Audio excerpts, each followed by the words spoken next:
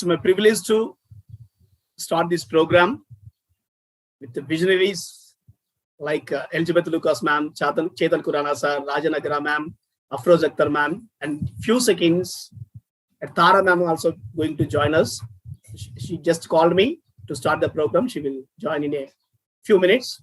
So we'll start this program with a small introduction of ourselves. Now, first of all, let me introduce our queen, her eminence, especially a role model to the youth. Whenever she presents herself, she gives a lot of energy in audience with her voice, with her words, with the way she speaks. So it's a truly blessing to have her presence in this session. War against COVID-19. India's war against COVID-19, the stress of the students during this pandemic. So at this juncture, we need speakers like Elizabeth Lucas ma'am, her eminence, her excellence, Ambassador Dr. Elizabeth Lucas ma'am. She is with us, and we would like to ask her to say a few introductory words about herself. Ma'am, please. Okay. Good evening. This is Dr. Elizabeth from United Kingdom. I'm a founder of Yes You Can International, Elizabeth Creation, and Time with Dr. Elizabeth Lucas TV show. I'm here because I have a passion for youth, for women, and for children. I'm an inspirational speaker, author of a book called Yes You Can. I'm also an advocate for our women, our youth, and the children. I'm a global advisor, and I'm also a mentor from United Kingdom. Thank you, Excellency. Thank you so much. Now, let me say a few words about Chetan Khurana sir.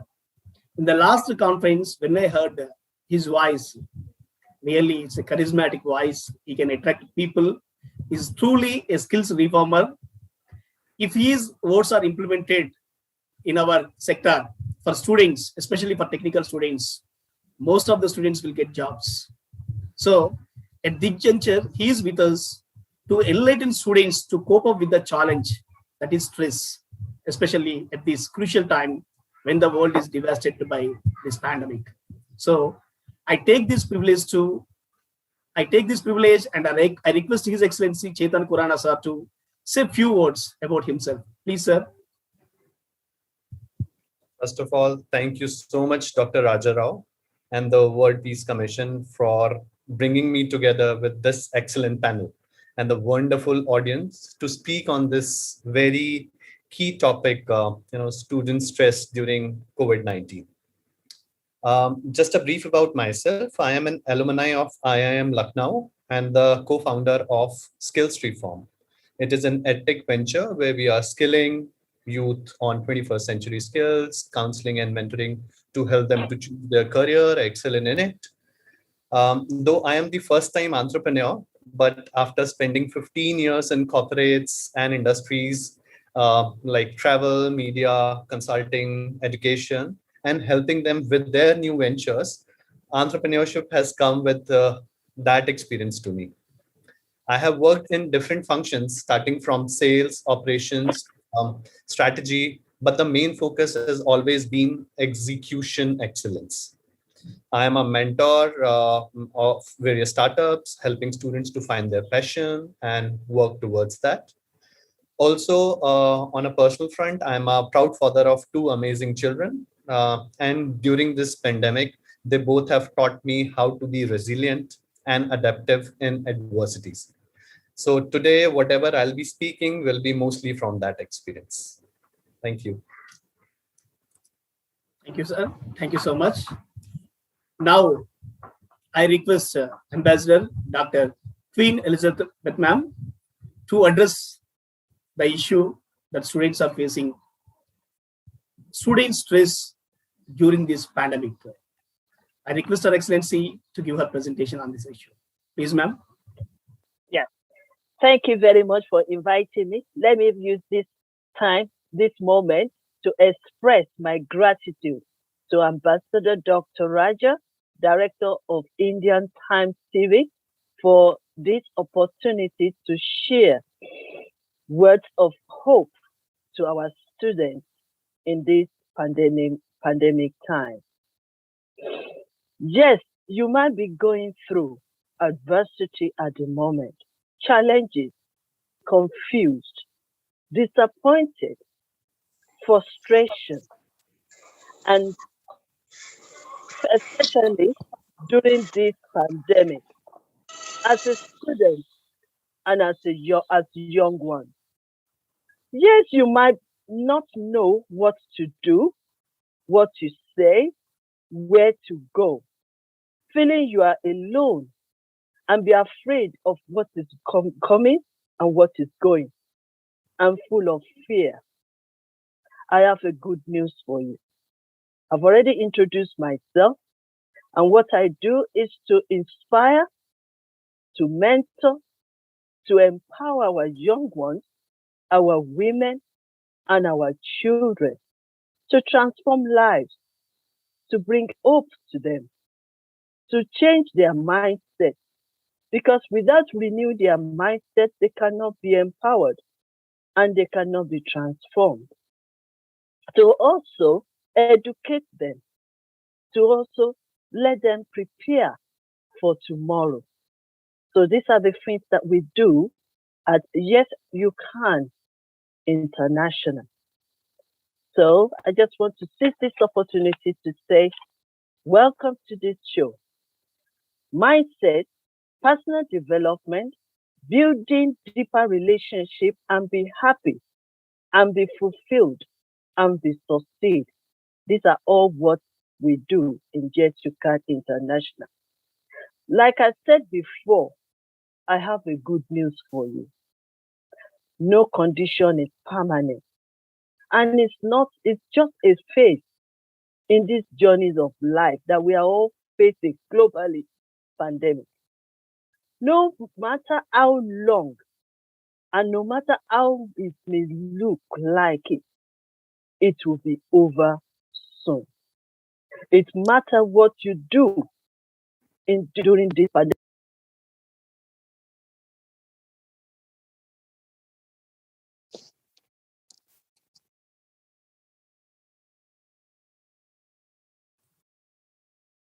There might be a technical problem.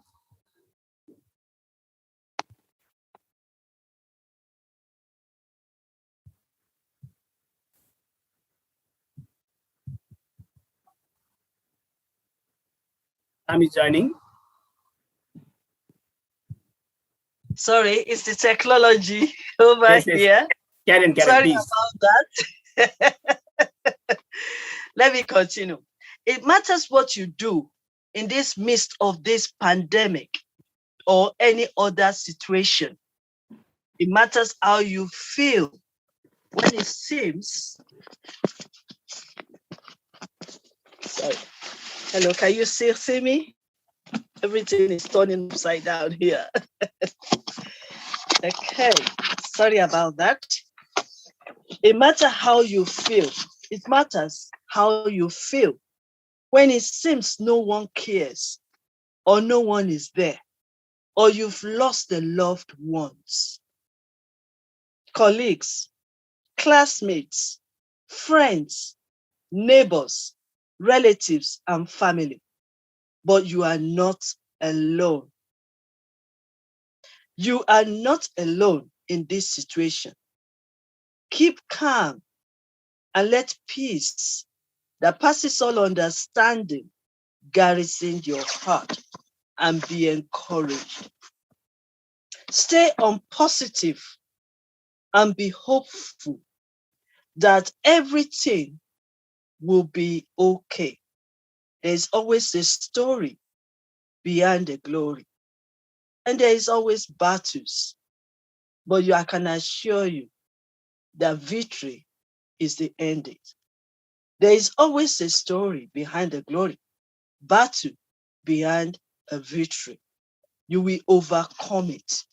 This is just a phase of life. Be thankful and grateful, for gratitude increases energy, satisfaction, calmness, motivation, better sleep, good feelings, reduces worries and stress and sadness. But remember, when there is life, there is still hope, and hope for tomorrow. Tomorrow will be better than today, so be strong for better tomorrow. As a student, mindset is either a barrier or a doorway to your destiny. We conceive, we achieve with our mind. So fill your mind at this pandemic with positive.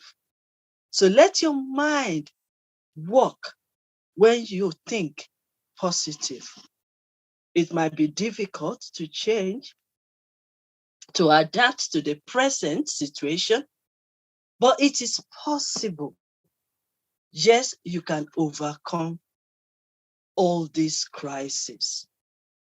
Use the building block to aid you in your education and studies during this pandemic. And these are: be creative, maintain your character, your good character, collaborate with others, work together with your mates, even more than before, and be connected. Don't stay alone. Be proactive during this pandemic, because you know what? The condition is not permanent. Express your feelings, experience. Don't stay silent or suffer silence, but share your views, your feelings, either with your friends, your teachers, or even your parents. We are all here for you. Don't suffer in silence. Remain calm. Focus on your studies. This too shall pass, and this experience shall make you stronger, smarter, and better and wiser. This experience that you are going through now, either the pandemic or any other situation or challenges, can make you stronger, smarter, better, and wiser. Focus is the key issue here as a student. There will be a lot of distractions going on, but keep calm and focus. Focus on your studies. This pandemic is serious because it affects lives, health, and economy. This uncertainty is part of life, my dear. Know that you are not alone in this situation. Know that it is a phase, and we are all globally going through it. No condition is permanent, and this too shall pass. You will make it through. You will overcome it together with your friends and your classmates. You are all brave enough, and this situation will turn to history that you can narrate to the next generation, that you experience it and you are still alive. You are braver than what you believe, and stronger than what you see or hear or experience. Be encouraged. Be willing to support others, even during this pandemic. Be helpful. Be supportive, because some people might not be able to cope, especially during this time. Be kind to one another. Unite to love. Unite and take care of yourself as well. I always say this. Together we stand, divided we fall. We all need one another at this time. So take good care of yourself. Keep striving. Keep working hard. Keep moving. Keep pressing forward. Keep working hard. Keep dreaming. Because you know what? It's just a phase. And we are coming out of it sooner than you think. Keep praying as well. Hoping things will get better. Never be afraid of tomorrow. Never be afraid of uncertainty. Never be afraid of what you are going through now. Step out because you are going to get better. Because the situation is going to be a better. Never be afraid. Stay safe. This is light behind the darkness. And the darkness and the light will comprehend this darkness very soon. And the darkness will not be able to comprehend it. Stay focused on the good and making your life better. Be happy. I know it is difficult, but that is what I always say. Stay positive and keep calm. Never give up hope. Be together and get others as well. Together, work together. Be grateful that you are still alive. Because you know what? When there is life, there is still hope. And that hope will give us strength to face tomorrow. Keep reflecting, because this is the time to reflect, to see what we are doing, to build our lives, to love ourselves and love others, and to forgive. Forgive your mates. Forgive those that have hurt you in one way or the other, and still keep calm and keep focus. There will always be solutions to all problems in life, even during this pandemic. It just requires us changing our mindset to be patient as well. From negative, change your mindset from negative to positive. Know that you see beyond and above the situation. You can turn the situation around by changing your mindset and stay focused and be positive with your ability and your capacity. Renewing our mindset, we transform lives and we move us forward. And it will move us forward. Let me finally leave this with you. Winning attitude of this before we go this afternoon. Dare to dream again.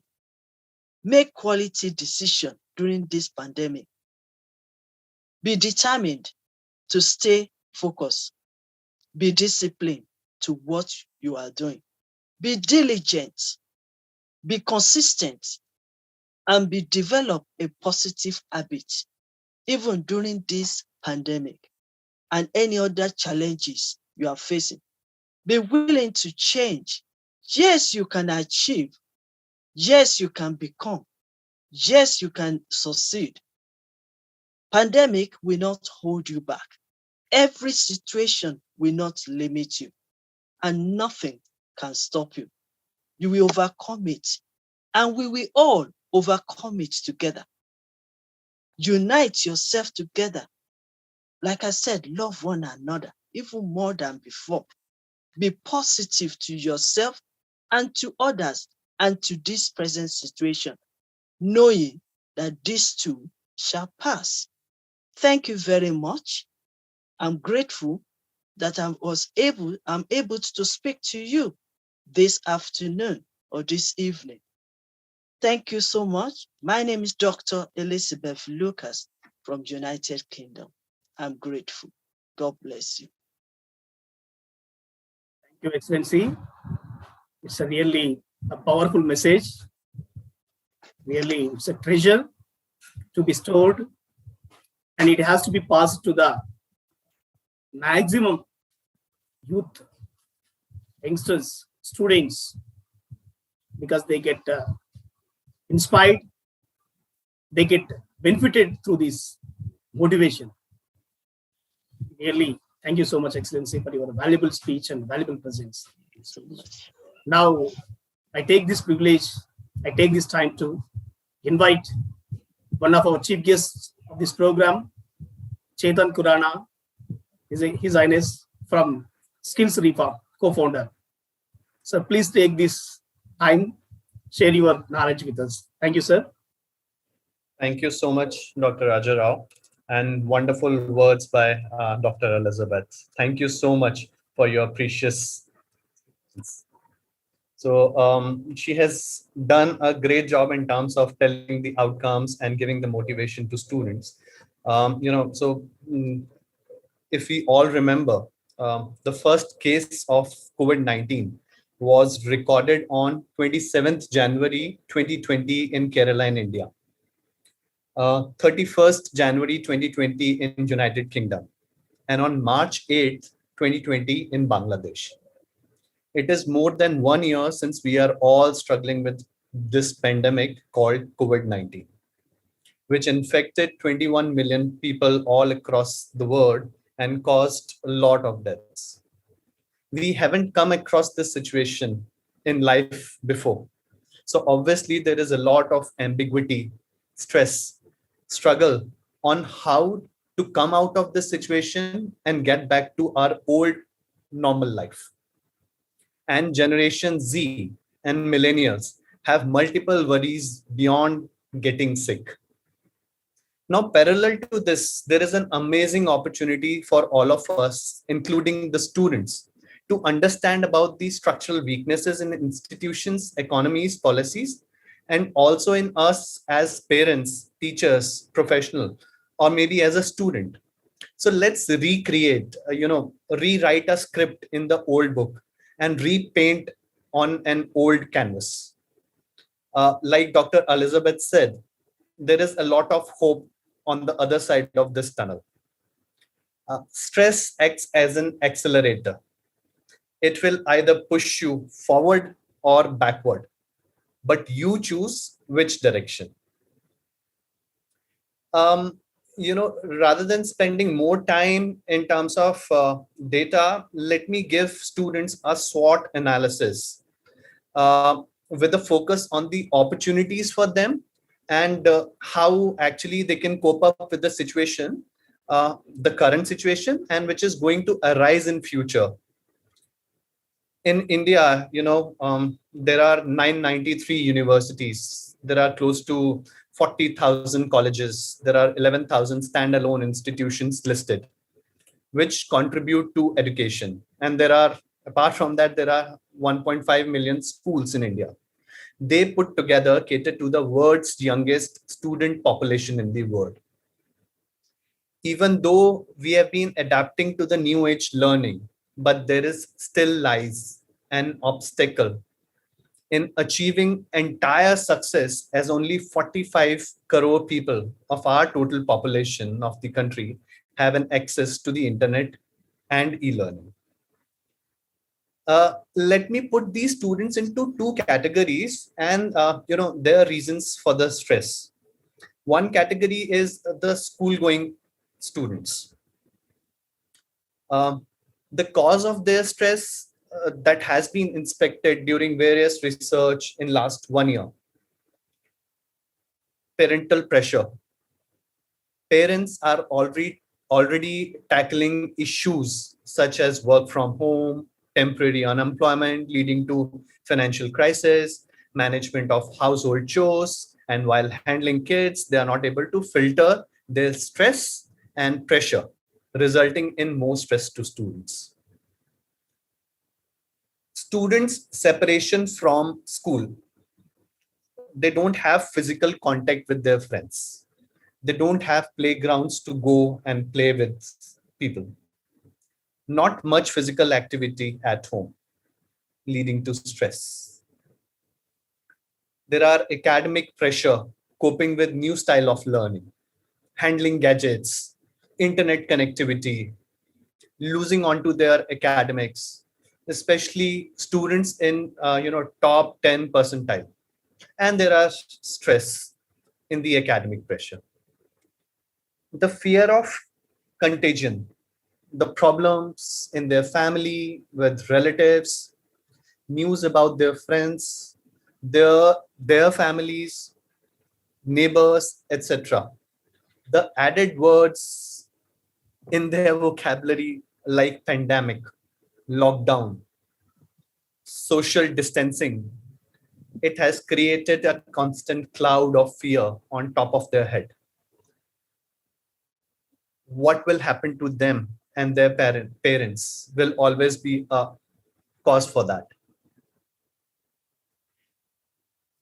There are multiple problems, that parents and teachers in partnership can resolve by giving them a conducive environment for their better learning, constantly motivating them and taking care of their physical and mental health. Parents can reach out to counselor without thinking it is a taboo anymore, and they can help their children to cope up with the situation. Also, parents can help them by restricting number of hours that they spend in front of gadgets and involving them with multiple household chores and activities like yoga, meditation, reading, gardening, sketching, and some kind of physical exercise. The second category of students would be college going students. Now there's some overlap, but mostly they are stressing out on a different areas altogether. Apart from their academic and environmental stress, there are problems like social media stress. The content on social media is so that even if they want, they can't separate fake news versus real news. There is a constant push on what is happening in India and other countries. The functioning of government, people, and overall system, which creates a complete negative impression on their minds, and hence they struggle to cope up. For college goers, another important aspect is employment and their higher education if they are into their graduation at this point in time. They have jitters knowing the economy, the unemployment rate around the world, the things are rapidly changing, the new skill sets required for new jobs, their placements, their admissions abroad, and whatnot. All this builds a lot of stress, mental and physical both. Ambiguity about their future. There are many challenges that we may face in coming future, and all the students, their parents, and institution, and especially government should be ready for the same. And stress is just a word. There are ways to come out of it. For students, there is immense opportunity. The learning will be more personalized now.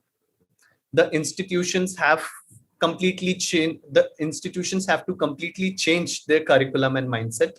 So has the students.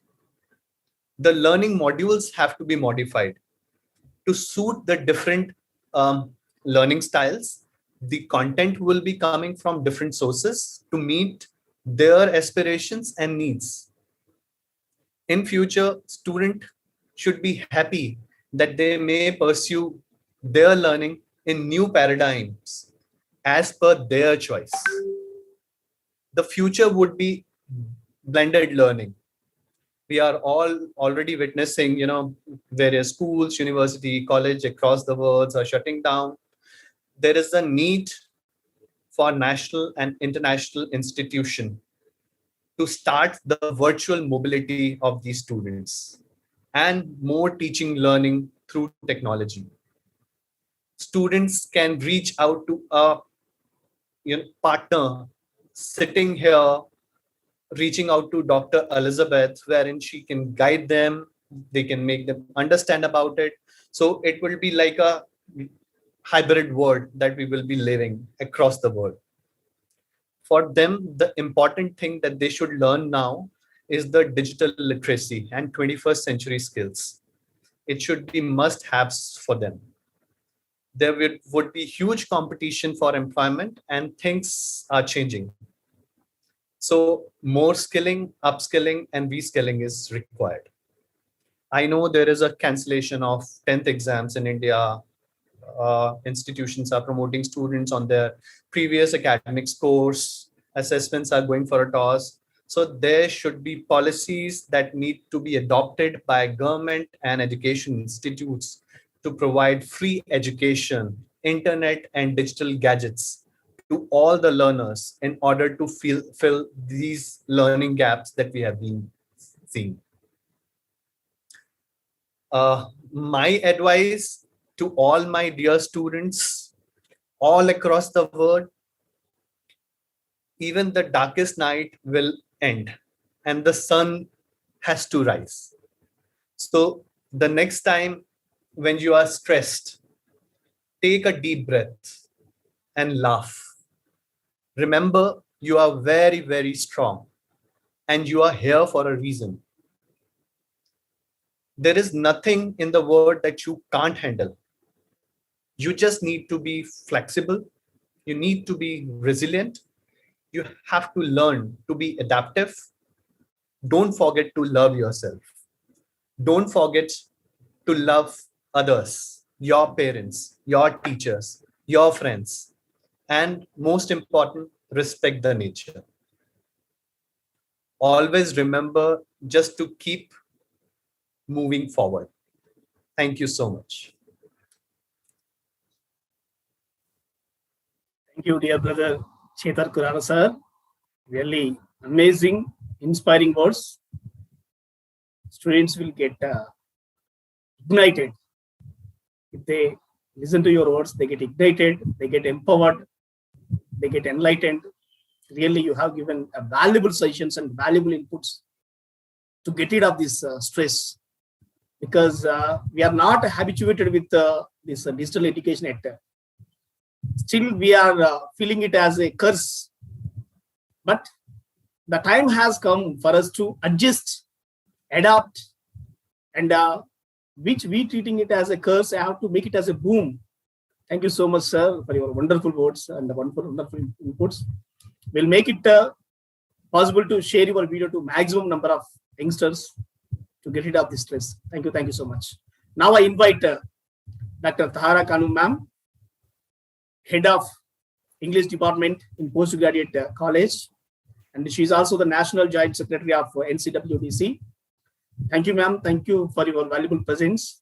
And we are expecting a brief introduction of you apart from your presentation. Thank you, ma'am. Please. Good evening to everyone who are present in this excellent talk show where we have distinguished guests and speakers. First of all, I would like to express my sincere gratitude to Dr. Raja Rao for giving me this opportunity to be as a speaker for representing students stressed during the pandemic. Of course, as an educator, to me personally, I feel that it's the utmost need.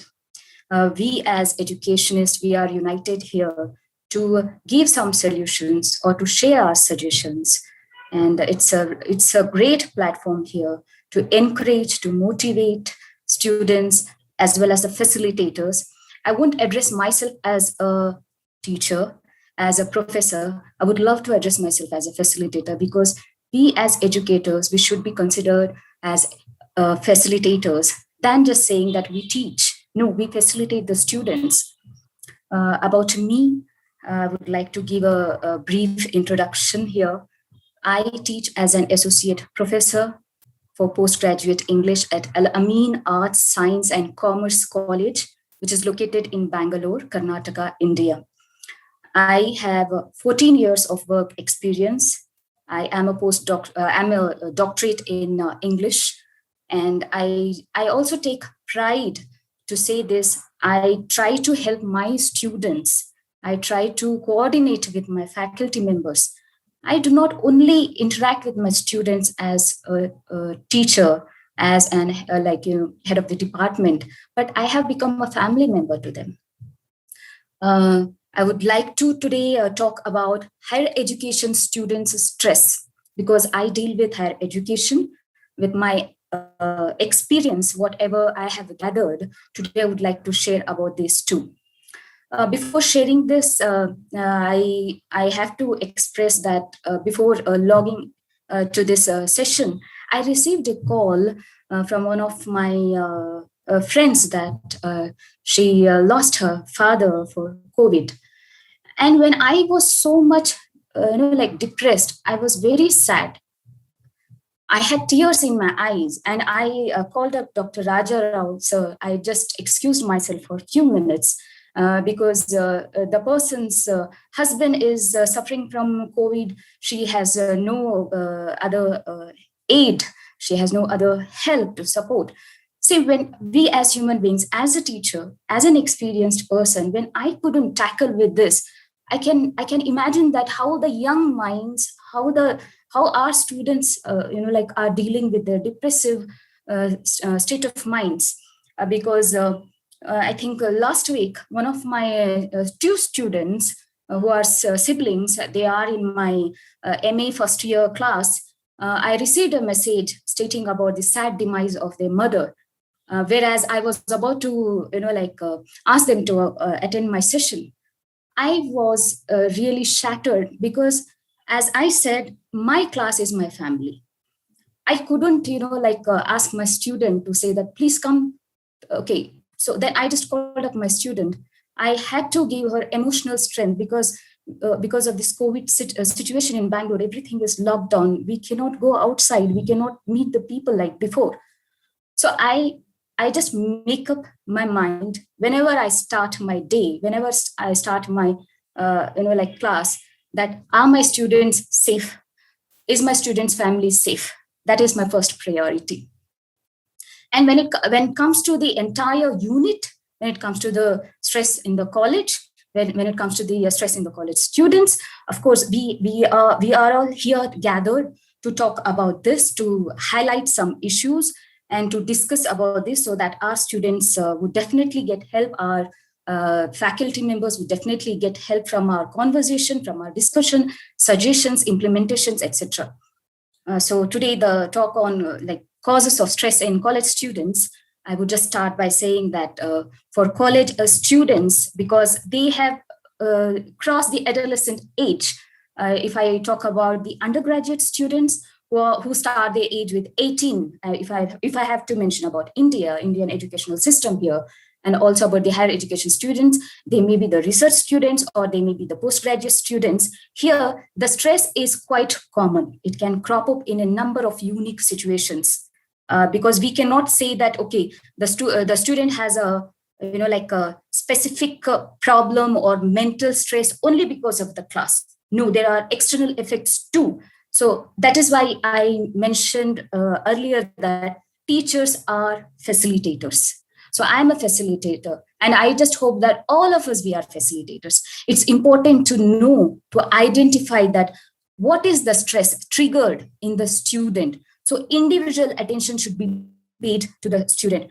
I can agree that, for example, in some colleges, the crowd would be more and the teacher or the professor or the facilitator cannot concentrate on individuals. Sometimes they miss because we are also human beings. But at times, we should put some effort, real interest to be more human, to be more showing them the friendly affection, friendly gesture towards them.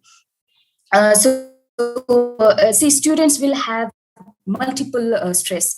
For example, when they were having the real world college experience, those stress levels were different. Now this online stress level is different. If I have to talk my personal experience in my college, which is affiliated to Bangalore Central University, Bangalore, my organization is a non-profitable organization, Al-Ameen group of institutions, Al-Ameen Educational Society, where we find many students who come from the economical deprived background. They do not afford to pay fee. So how would they afford to pay the Wi-Fi money?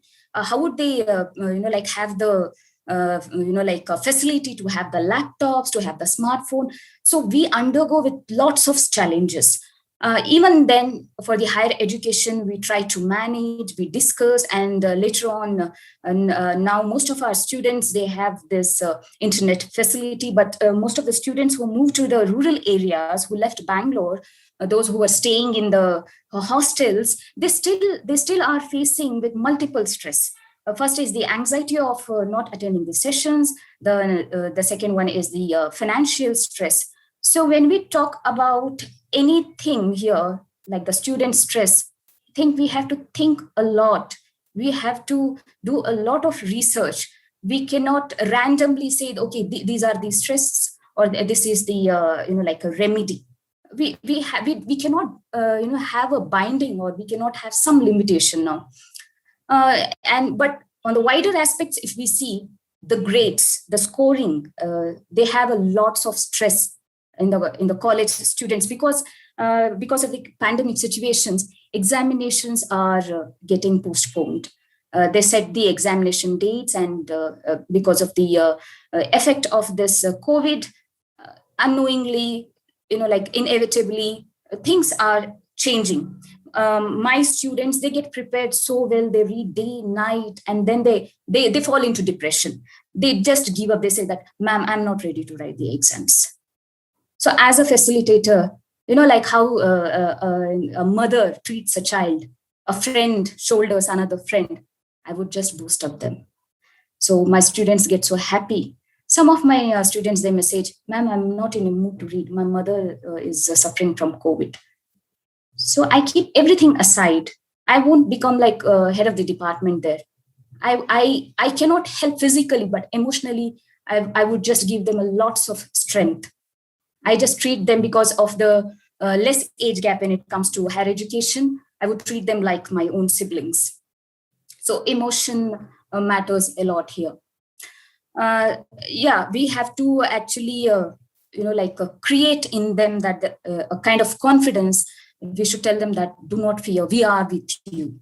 So this it actually gives them the spirit to write with ease, to live with peace, because the isolation has actually made our students more vulnerable to different thoughts. I do not want to mention about their names, because now after getting this appointment letter of being the National Joint Secretary for National Child and Women Development Council, I received multiple messages from youngsters on my Facebook. I cannot express, but they say that I feel like to commit suicide. My teacher is not showing interest in me. There's a lot of partiality. I'm very much bored from this online. I get headaches. They have the migraines. So we have to go through the micro problems, the micro solutions. Then we can target at the university level, I would say. So I try to counsel them, but still, we need many helping hands to gather around to help our students, to make it as a family.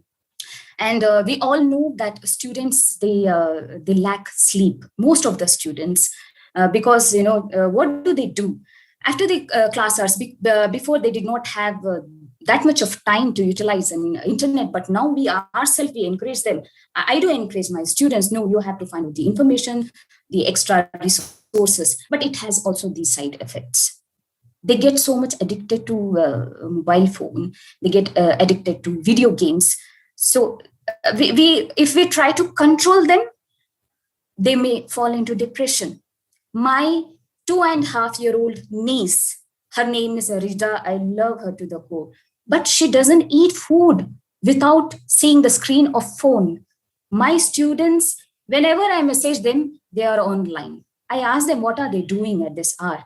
Because, to get rid from the isolation, because some of the parents are very rigid at home. Some of the siblings, they fight with each other. It's a natural concept at home, because parents, they try to put some, limitations. Yeah, they want to, help their kids. But I would say that if parents are controlling, if parents are trying to control their kids, Again, if the teacher, facilitator does the same way, they should go. So we have to actually, try to become their stress busters, and we have to be more friendly with them. And apart from that, of course, we know that because of unemployment, there are many challenges, and the kids, the school students or the kids, because as the parents cannot pay the fee, they are getting that adverse effect. So when the finances are a big source of stress for college students, financial stress is often a form of chronic stress. Coursework and exams. The exam, because earlier days it was different. Now online examination schedule is different. So students, they're not able to manage everything. They are not experts. So we have to give them some extra information. We have to help them to complete their assignment than just giving them the assignment, than just giving them the test and saying them, this is the deadline you have to do. No. Let us give them more suggestions. What I do in my class is I would give them the question paper. Again, I would just tell them that how to write for it. So what I can say is that any faculty member, whether it is me or anybody, usually, we are also very much occupied, but we have to think about the solutions. Giving examination or conducting examination is not the major concern during this pandemic time. We have to give them the liberty. We have to become more accessible to them, approachable to them. And even we have to give them the hints that how can they reduce the stress. They should not overthink. They should not have the burden in their head. Okay, tomorrow, madam or sir is going to give them exam. So, for example, for my students who are pursuing master's degree, MA in English literature, it is a holistic approach. It has the literature and linguistics into it. We teach a variety of genres. We teach vast subjects. And even sometimes I feel that, am I doing justice to my students by giving them a lot of workload? Of course, it has been we get the orders from the authorities. It has been applied by us because it is universal concept that everything has to be done. But still, we should be more flexible because, when we give the project to the students, which actually induces the anxiety. So we can just tell them that this is the procedure. You can collect the sample. We have to give them all the points, the gist. First, we should help them. At least 50% of the discussion should be done between the facilitator and the student here. How to prevent stress in college? I would love to give some of the tips to the students. Yes, of course, there are several strategies for managing stress for any student, but as an individual, any student, whether the student is of a young or older age, the student learns, understands to control the stress level whenever it triggers.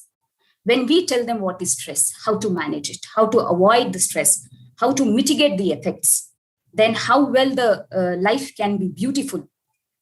I just see, parents, they are busy in their work schedule. Students, they attend the sessions because of the nuclear family system. Students, they sit in the corner. They try to engage with people. They fall. One of my students, this main thing I want to say here, express that because of this, usage of social platforms. A girl who believed in a boy online on Facebook, due to the exchange of some personal movements, the boy had been, harassing her that he would just, post it online, and she was so depressed, she wanted to commit suicide because the parents are busy, because the facilitators, the professors, they are very practical in their sessions. Nobody is there to emotionally hold the student. And she found out in a form of romantic, platonic relationship, a person with whom she can spend some time. So these are also one of the adverse effects of loneliness, which has been caused like because of the pandemic, or even during the non-pandemic situations, we find these kind of situations. But during this COVID time, these kind of activities are, like we find it at larger stage now. I would like to say that students have to deal with stressful situations on their own by taking good support system of family, friends, and even understanding their facilitators, because they should also give like time to their own professors, their time to their own peers, so that they can end up their stress before it becomes problematic. They should understand the stress triggers. For example, if they are in stress, the stress can be out of the idea of writing an assignment, any paper, or any homework. But it is very much wise, to strategize the paper writing, how to organize the work. So whom they will ask? They should ask their professors. And sometimes professors, due to their busy schedule, they may just avoid them. So any WhatsApp group should be prepared, or any students group should be prepared, where voluntarily students can discuss freely. So in and out the classroom, everything is well organized. Now here, when we talk about the managing the time, the students, they should manage their time. It is an essential skill in college.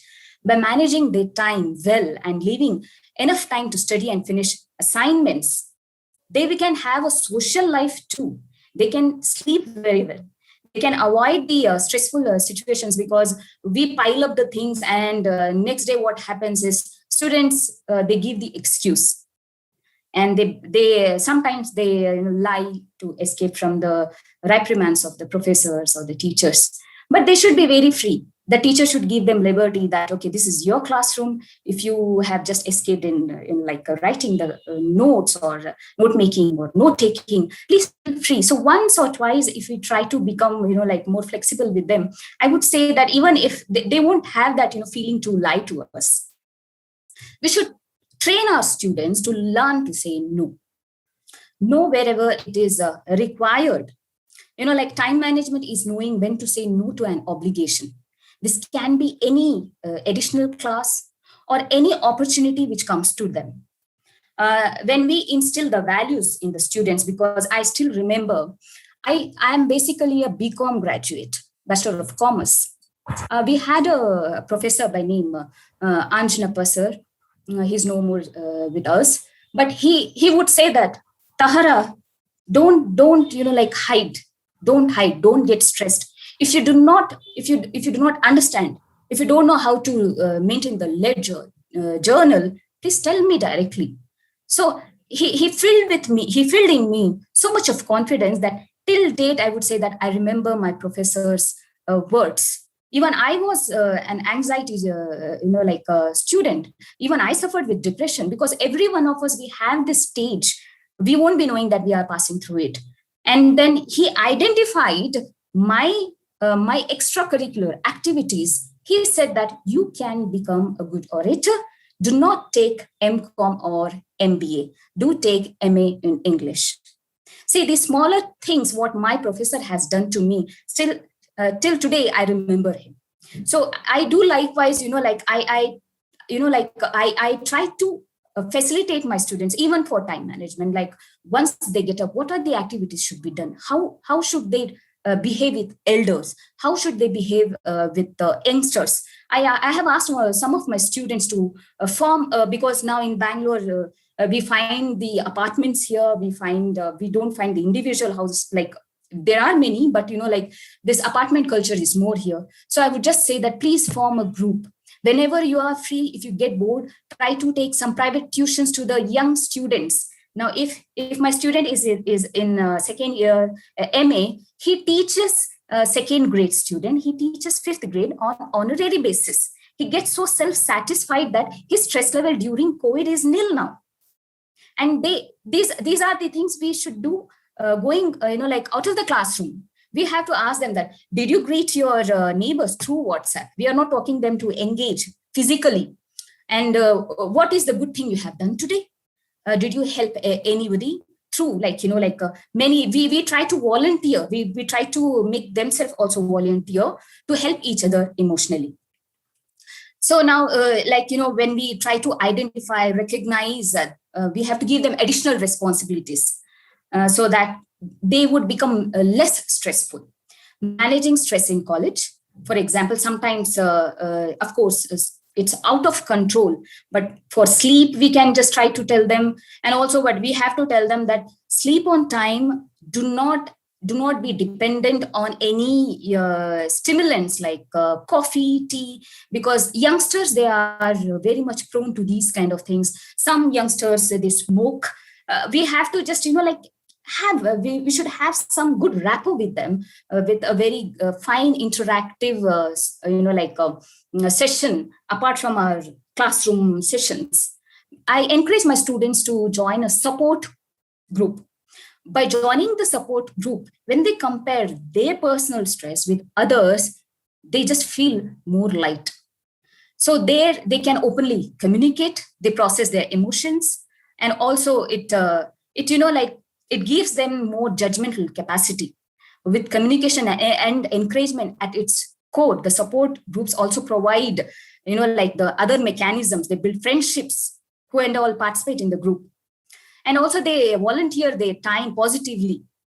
We have seen that the research have shown that volunteering lowers depression. It stimulates the mental activity. Now we cannot ask them to go and do any physical activity. The only thing left out is the critical thinking. How can we, improvise their critical thinking ability? How can we try to make them more creative to connect them with the like-minded individuals in a very positive environment? And also we can ask them to do some realistic experiments. Experiments like when they interact with the different set of people. For example, if they are talking to some professionals, what sort of communication happens with them? How do they communicate? A doctor doesn't use the same terminology. The engineer doesn't use the same terminology. A dancer doesn't use the same terminology. So each person from different discipline, from different occupation, has a set of standard of language.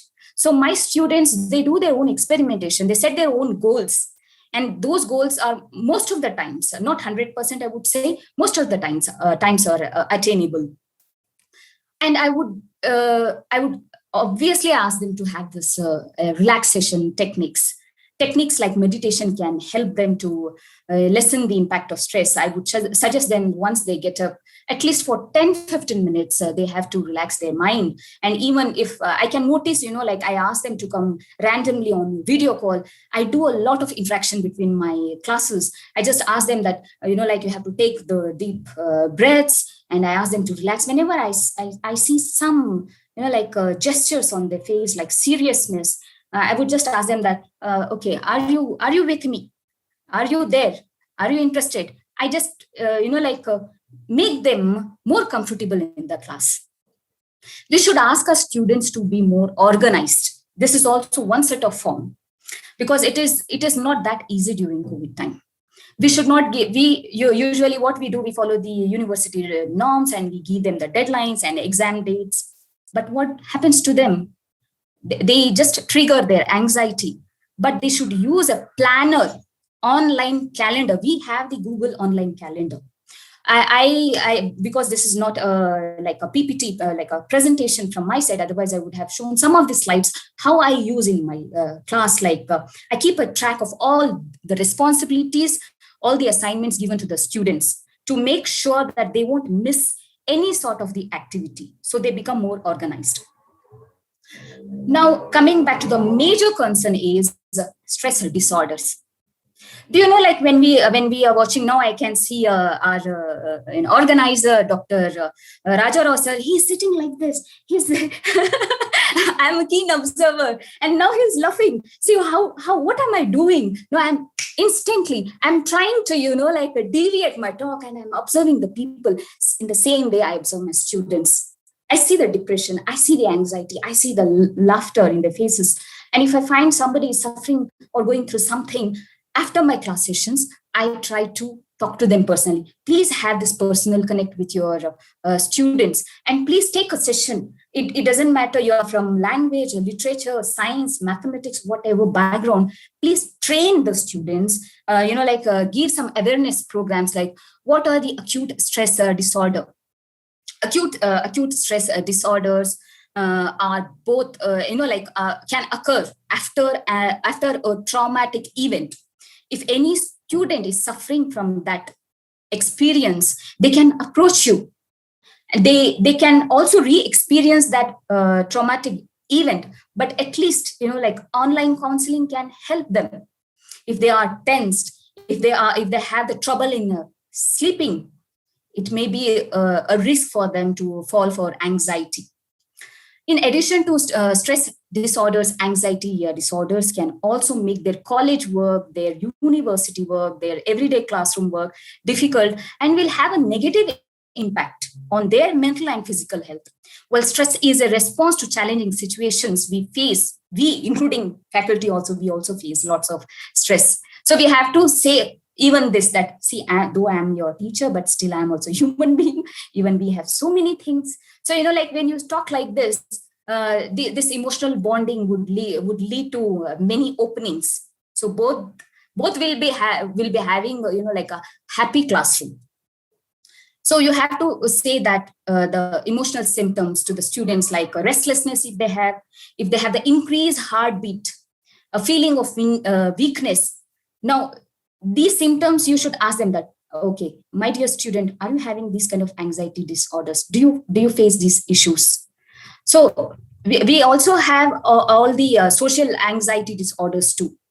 Sometimes students, they have this social anxiety when they come in the classroom, or when they try to connect with other strangers at a prospect of social interaction or being placed in social situations. So we cannot say every anxiety is same here. So we have to know to classify it.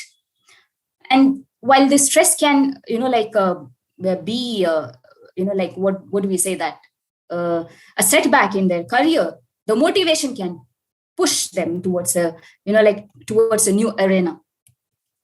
So, a sense of hopeless loss of interest in the classroom can be identified. And the college students, when they have this kind of stress, when they have this, of course, we can identify through their grades too. The panic attacks and disorders which triggers in them, they may feel nauseous, they may feel dizzy in the classroom. So these are the hints for us to identify. We have to actually guide our students that there are medical health professionals online. If they do not want to take help from us, there are many other resources. There are community leaders, such as the teachers, or even individually in every college. I believe that they will have the counselor sessions. They will have the counselors. They can connect to them, and also they can talk to their friends and family who can support them to manage their stress. We have the national resources too. The National Institute of Mental Health, the National Alliance on Mental Illness. If they are going with the chronic depression, if they do not want to interact with the teachers, they can do this also. Sir, I request you, Dr. Rajarao, sir, to please stop me if I'm taking much of the time. If I'm taking much of the time, please stop me. I forgot the time. Okay. So now here, I will just speed up my, session now. Now here, about the teaching fraternity.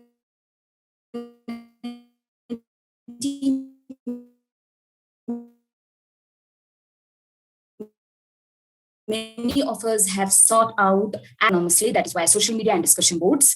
Some of the strategies have seen making the rounds include, for example, spending the first 10 minutes of the class, asking them to start with creative writing and sharing some pictures, asking them to share about their hobbies, and giving them some playing some songs, asking them to sing along with you, and then other activities which actually diverts their mind. And then we have to also give them some meditation, like breathing exercise, yoga, or stretching. So these strategies are nothing new, but now because of this COVID, we have to emphasize more, especially for mindfulness based stress reduction techniques, such as guided meditation and yoga. Sometimes, of course, it may go wrong because sometimes, when it is not guided in a proper way, the students may have some health risk.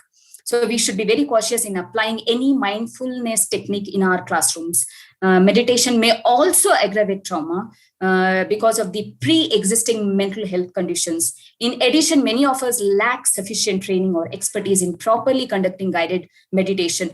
So I therefore recommend that we should have this best ability to know what are the kinds of stress reduction activities will work best for the students, and what are the unique teaching contexts should be utilized. So for my own classes in writing and critical reasoning, for example, I found it useful to begin with various multiple activities. It can be prose, it can be any cultural activity. It requires a break.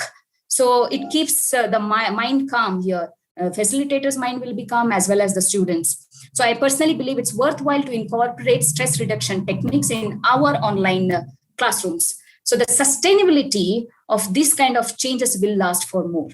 The nature of interactions between the students, peers, and the professors, according to one study, in online students can participate at any hour of the day from any place, but the flexibility should be given to the students to better allocate time and effort. It also be considered as a challenge to the students. The students, they side-faced lack, they have the lacking of real communication in the online classrooms because of the, inside one room when they sit and they just stare at the screen, having nobody with them, it becomes pointless. It becomes a tumultuous time to them. When we talk to the students, when I personally had a random survey method, students, they just said, they come upon with their own suggestions that one of the students said to me that with this semester, it feels like nothing interesting to me, madam. I have noticed that they are coming up with their own problems here. Students, they said that on behalf of the entire class, they feel so demotivated. They feel hopeless when they hear the death, and the next day they have to attend the sessions. And one of my students who is diagnosed with major depressive disorder said, students, it's not only me, madam, there are many who are dealing with multiple stressors. So there's already a sense of unease in our students. So professors could give out a lighter workload. Obviously, we cannot do so, but we have to try to be flexible, especially with the students who are struggling to improve their online course experiences. Consider the fact that they are at home and they also have to deal with other things. So in these times, people are dealing with a lot of stuff. Not being accommodating also adds to their stress. Interact with individual student, become a friend to your student, use various methods to lighten up the classroom. Economically deprived students have been dropped out. We have to identify such students. We have to provide them financial aid if we can. So I think in this regard, yes, sir. We have one more speaker. She's waiting. Please. Okay, sir. So reducing stress in the classroom, as I have mentioned, that we have to develop a positive teacher-student relationship. And there are many things to consider, but now I would like to end my talk here by saying that, we have to create a holistic environment, and we have to add humor and laughter in the classroom. Lecture should strive to reach the deeper learning level. We have to induce such methods, additional ways in a very comprehensive approach, by supporting the development of life skills, providing guidance and mentorship. So here I end my talk, and I thank Dr. Rajarao sir for having so much of patience. And I thank you everyone for listening to me. Thanks a lot. Thank you, ma'am. Thank you so much. Really, it's a wonderful session. Actually, we don't want to disturb you, ma'am, but due to time constraints, we are supposed to do that. But soon we will conduct a webinar as you, the chief guest. Soon it will happen, ma'am. Thank you. Thank you so much. Because the things are entirely different, ma'am. When we see you or when we look at you, you are looking like a student, a PG student. But the way you are speaking is entirely different from the way you appear. Really, we are not only your students, we are also feeling it's a really great, ma'am. Thank you so much. At this engage you have bestowed with so much of knowledge. I can compare with in 1 minute. I can see when I heard the speech or when I listened to our first guest, Elizabeth Lucas, ma'am, It's like a divine knowledge, the wisdom of ages. So she has given her best. And when I see Chetan Khurana sir, when I heard him or when I listened to his speech, it's like a millennium speech, complete with full of knowledge of technicality. So it's a first one, a divine knowledge, wisdom of ages, and second one completely thorough with the technical terms, technical knowledge, which is suitable to the millennium students. And when we come to you, you are entirely different. It's a personal knowledge. So what you have, yes, you have given the knowledge from your personal life and from the experience of students. It's really great, ma'am, because everyone can adapt to their personal lives. So amazing. Now we invite the faculty member from International University, Daffodils International University, Dhaka, Bangladesh, Her Excellency Afroza Akhtar Tina, ma'am. Sorry, we are requesting you. Very sorry, ma'am. Thank you.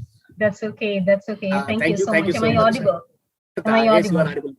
Thank you. Please, ma'am. Thank you so much.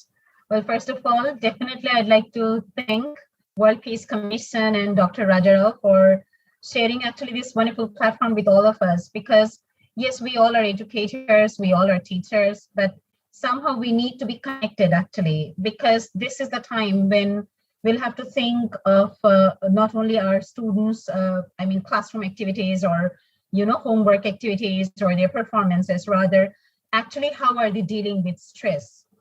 Now, as you know, that I teach at Daffodil International University here in Bangladesh as a senior lecturer in the Department of English. I'm also an advanced TESOL practitioner, and I'm also an e-teacher alumna of the US Department of State, Dhaka, Bangladesh. Now, why did I mention all these? The thing is, well, this e-teacher and TESOL practitionership, well, all these actually refer to what I did actually during this COVID-19, the quarantine. What did I do? Actually, I did all these. Now, why did I do all these? Well, obviously, there are reasons for that. Now, before getting into that, well, although we know, but still I'd like to focus that there is a minor difference between stress and burnout. And actually, we shouldn't mix these two concepts together. We all know that stress is a kind of emotional, physical, or mental reaction, that causes tension. So stress is related to actually tension in some way or the other, and it can result from social, environmental, or psychological situation, like the way we are having at this moment during this COVID pandemic. Now, what is burnout? Well, it's also a mental health state. It's also similar to stress, but it actually results from work-related distress. And it may involve a continuous reaction to persistent interpersonal stressors. And the major factors actually contributing to burnout are overwhelming exhaustion, feelings of cynicism, and detachment. Well, occupational burnout is conceptualized as a breakdown in the relationship between people and their work. Now, why did I mention both the term, both stress and burnout? The thing is, our students are not only in stress, but they are also somehow burning out at this moment. And as teachers, as educators, we need to identify that. Somehow, sometimes we miss that. But this is the right time when we need to think of all these things, when we need to identify all these things together.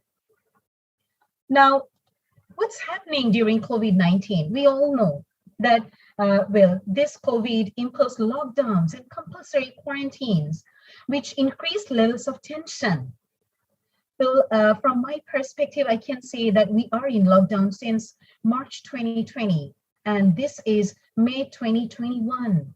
So huge time, huge period. And this inability to socialize, attend gatherings, and interact with others enhance separation anxiety, boredom, of course, and suicidal thoughts, like Dr. Tahara mentioned. And as such, these emotions were reported more often these days. But some research also shows that people who spend more than 10 days in quarantine were more likely to report post-traumatic stress symptoms. So we have to deal with this as well, post-traumatic stress symptoms. It's not that COVID has over, well, I have tested negative, so everything is over. No, it's not like that. We have some post-traumatic stress symptoms as well. We'll have to deal with them as well. Now, my focus actually would be on the academic side. And if I have to think of a classroom or even a platform outside the classroom, how it could be, to motivate them, to engage our learners, to make a stress-free, tension-free environment, to ensure such an environment where they can be relaxed with their studies. Now, in this regard, I'd like to focus on two specific questions which came to my mind, today morning. And I have noted down both the questions. The first one is, how can I help them believe they will be successful? So how can I do that? How can I help them believe that they will be successful in future? That is one question. And the other question is, how can I increase the value of the activity? As teachers, as an English teacher, myself, I do a lot of activities in the physical classrooms. I used to do. These days, I also do. I can't say that today I'm not actually engaging my students, through lots of activities. Yes, of course, I engage my students through lots of activities, but how are they? How are they engaging themselves? What kind of activities actually motivate them? So these are all questions which need to be addressed at this moment. Now, actually, regarding today's topic, how to, lessen the pressure, the tension of students during this pandemic, I have tried to come up with some suggestions from my own perspective and from research as well, different research as well.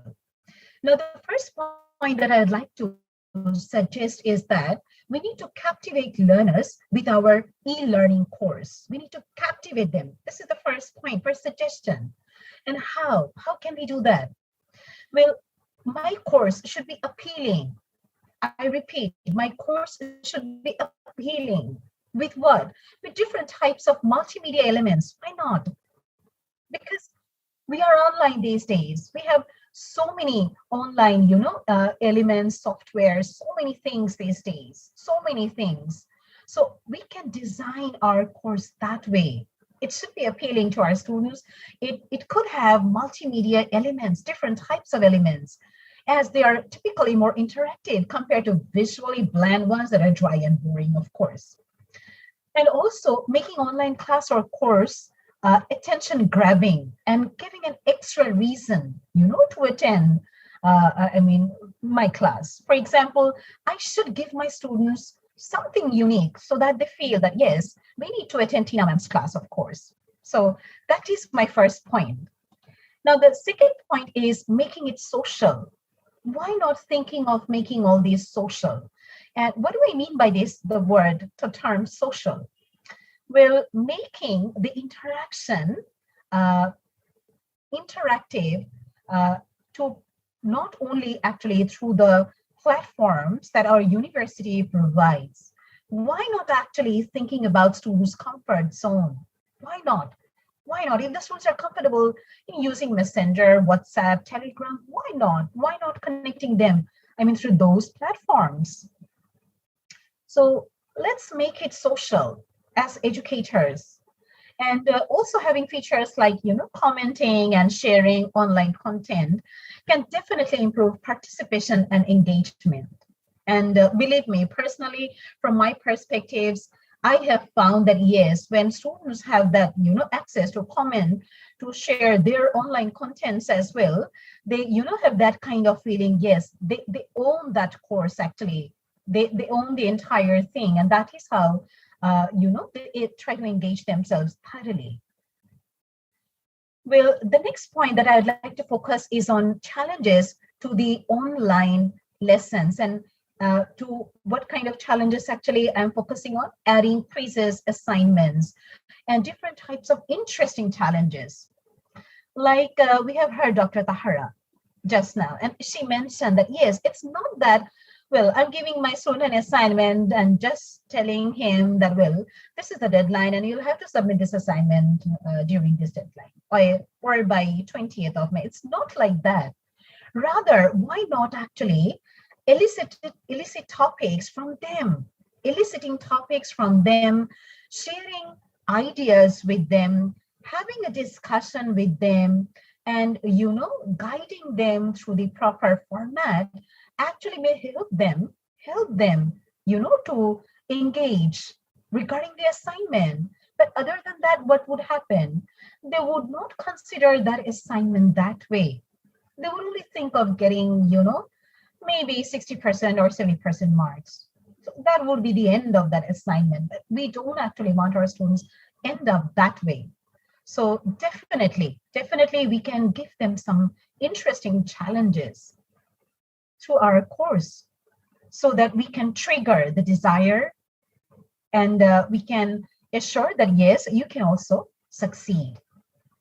So pushing them toward better participation in our online course is very, very important at this moment.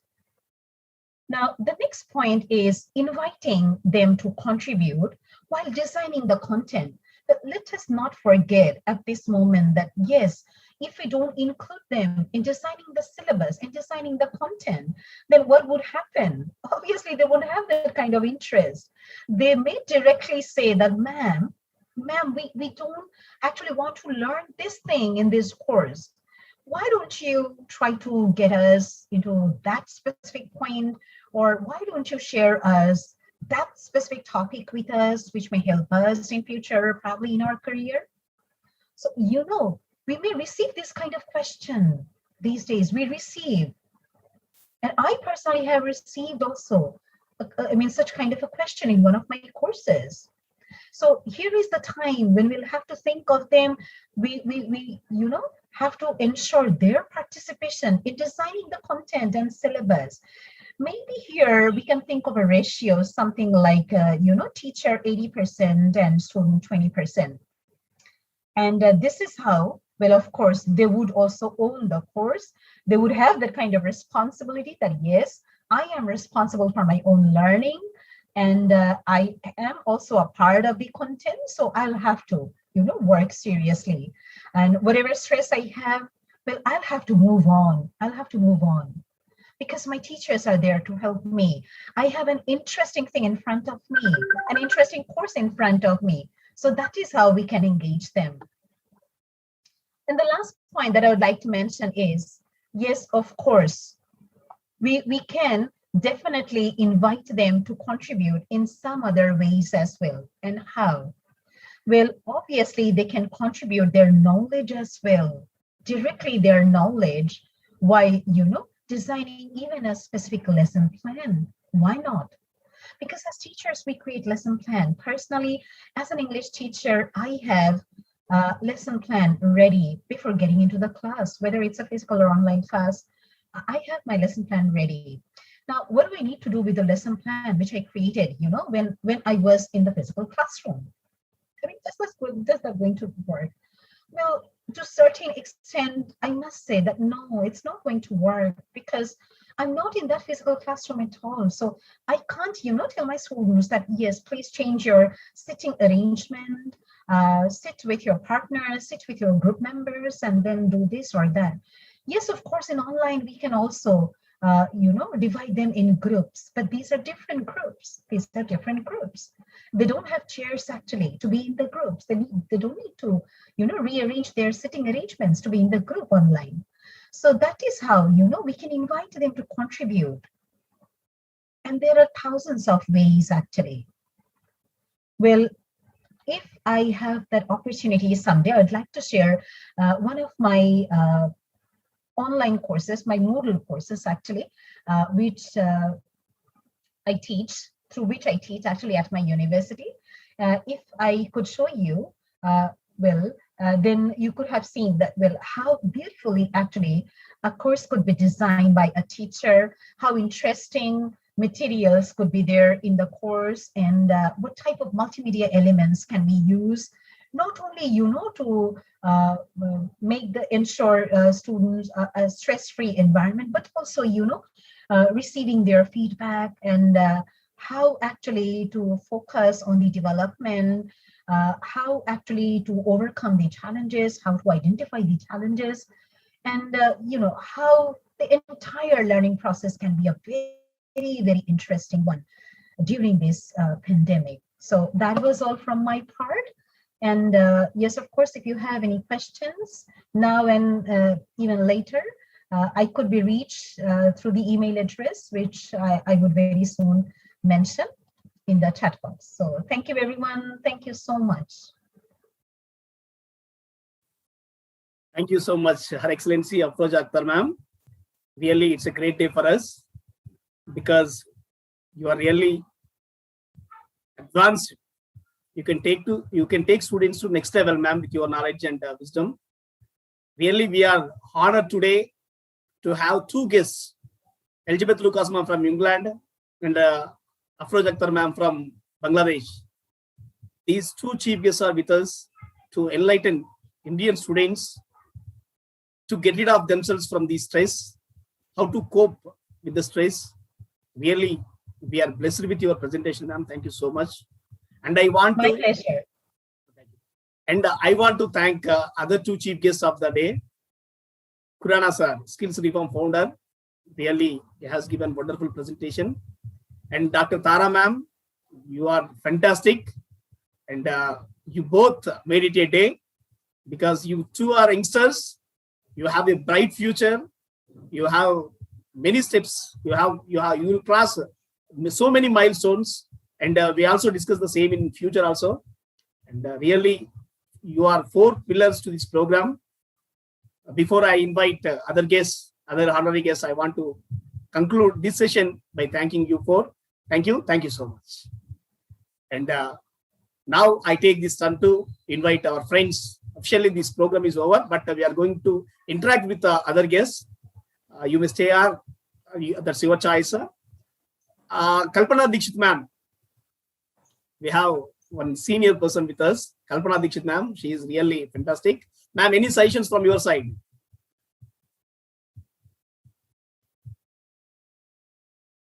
Kalpana Dikshit ma'am, unmute your phone. Kalpana Dikshit ma'am, unmute your, okay. Yes. Good evening all. Actually, I have joined late this session on my laptop itself. I was on phone because it was my next time. Okay. And now it's a very, very good and effective conversations have done now after pandemic impact. Dr. Chetan Khurana has done. I have listened to you. Also, Dr. Elizabeth and Afroz Akhtar. I have also heard you. Dr. Tahara, you have really took a great time and great impressive what you have done, really. And it's a really very interactive session. Here, I would like to highlight something as far as the adolescent stress level are concerned. There are many things have been highlighted by Dr. Elizabeth Lucas. And I would like to add some more, like the absence of peer grouping is a very much impact on the psychology and mental well-being of the adolescents. Since they are not joining the school and because of lockdown, they are not going out of their home. And parents are warning continuously, don't go out, don't eat from outside, don't have some fast food because everywhere there is a corona. So acute mental pressure are there on the adolescent well-being. As far as education systems are concerned, I would like to highlight that though there are pandemic situations, but education system is doing very well through online and digital mode itself. Yeah, of course, there is a gap in the teacher interaction, gap in the affection level of the students to students, and the gap in the classroom interaction. But still, and the examinations delay are there. There are the planning of their career. There are the planning of their future college admission. All that are delay, and this is the great impact of the pandemic on the students' mental health and well-being also. As far as the skill gap is concerned, as Mr.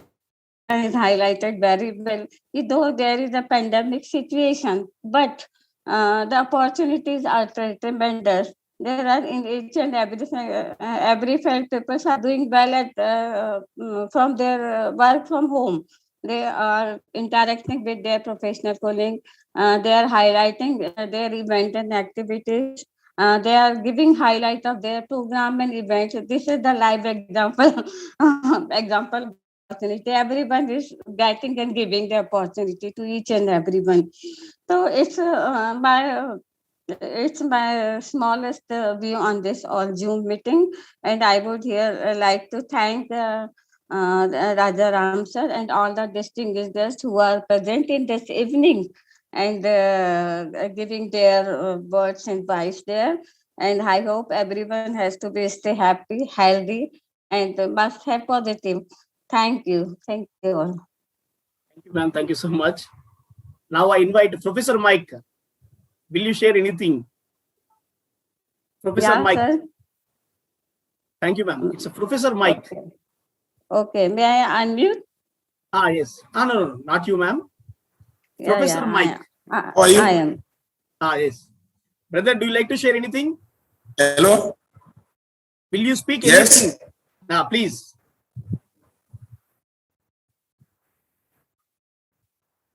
Please. Well, well, okay. I really thank you and everybody on this platform for this afternoon, for this hour. In fact, it was a great program today. Although I just came in just to listen to the speakers and to learn from them and to have some experience about what is going on. And I really appreciate what this organizer have been doing pertaining to how to handle the COVID-19, majorly in the Indian nations. Because I make a research and I discover this pandemic is a serious issue in the nation India right now. But I know with the collective effort, with this kind of program, and I believe the solution to this pandemic will be provided. And my own advice is for everybody is to join hands together, both the religious leaders, youth, social organization, and so on and so forth. Because war against pandemic is not an issue of the government alone. Government cannot do it alone. It's a collective effort, both spiritually, financially, ethically, socially, and all otherwise. And part of the solution is what is my great honor of Dr.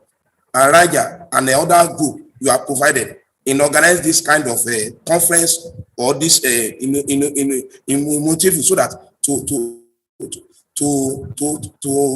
to provide some solution to this.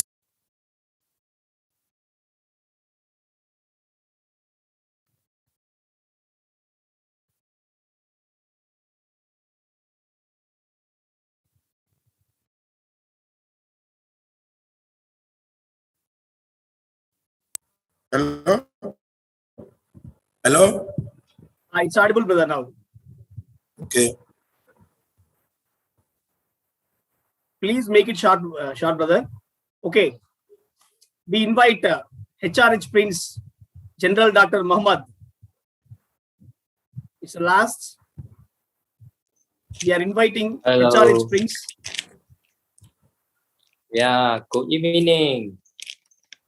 How are you, brother? And Thanksgiving for invited again, all brothers, sisters. Sorry, I'm just a little bit for yeah. Everyone and deeper in love, all brothers, sister love. I think so every time or invited me from Brother Raja to our family from Royal to me together dynasty from India Empire for Jaipur. I will accept to you again more in the heart together work and blessing world. And this time, actually, all this COVID-19. But this COVID-19 actually sure in the heart together heart or will great-grandfather, great-grandmother will think back. Sure, you're successful or healthy back. And all together, children love. And also guiding outside, helping more than the poor. And we will do you help them, they will together all the self. They together bond. Why? The self together with you in your heart what you're thinking. And directly feeling to your heart. Touching everywhere. That's why I know now COVID-19 for this, but it no have this word. Only have the learning about heart to heart together. That's why we think about long time ago passed by a war, but don't need to think about, never think. Only just think about heart in front, to be in front and love together. Every heart and touching all brothers, sisters. That's why I'm touching. I very Thanksgiving. Raja, brother Raja, you always more than touching everywhere organization and all the association for your family, United Nations Peacekeeping Force, SPI, PKFs. Yes, long time ago. I salute onto your heart. Again more. Well, together. We hold a hand together changing. We India, we together. Jaipur, Calcutta, everywhere. South Africa, Selassie, everywhere. Zulu, all empire together. I hope all dynasty, but no hope. Hope only thing. But you done directly for your heart. Your heart learning. Think about this. Don't have COVID-19. Gone. This is part on this mindset. Because this is learning in the heart. To heart what you thinking. The feel in your heart. We together, brother hope and sister hope. Together, one family love. I need to see all the great-grandmother, great-grandfather, or brother, sister, or the son, or the children, or the daughter, everywhere. This is the one of the love, and together push back all the cell. You were successful. Sure, you're successful because one you join, many. Country only part, but country only word, but no more country. Together, same body, same whatever coloring. All is you, your side, in your heart. That's why I always say, deeper in love, everyone, deep inside self, gone. This is why I more than that. In a heart and calling love, more than touching. Now telecommunication or video conferencing. Easy now, face to face, but not yet fly yet. If I fly yet, I will shake hand. Sure together meet. Sure together everyone touching in the heart because we together brother, sister, hope. Together all were the blessing, no matter how. 200 our country. Now, I know 200 our country, many place, village. This is very important. What I have everything for the cell. That's why I thinking. Yes, we think about love back all brother, sister. Long time ago, passed by war. Join, finish. Let them join, finish, and give the love. Join and hold the hand of brother, sister back in the love. I thank him. I thanksgiving again, Brother Raja invited me again. No matter how minute and hour, I know, right? You know, hour in Asia, hour 5-6 hours, you know. Myself, you know, but I think yes, Bapak Raja,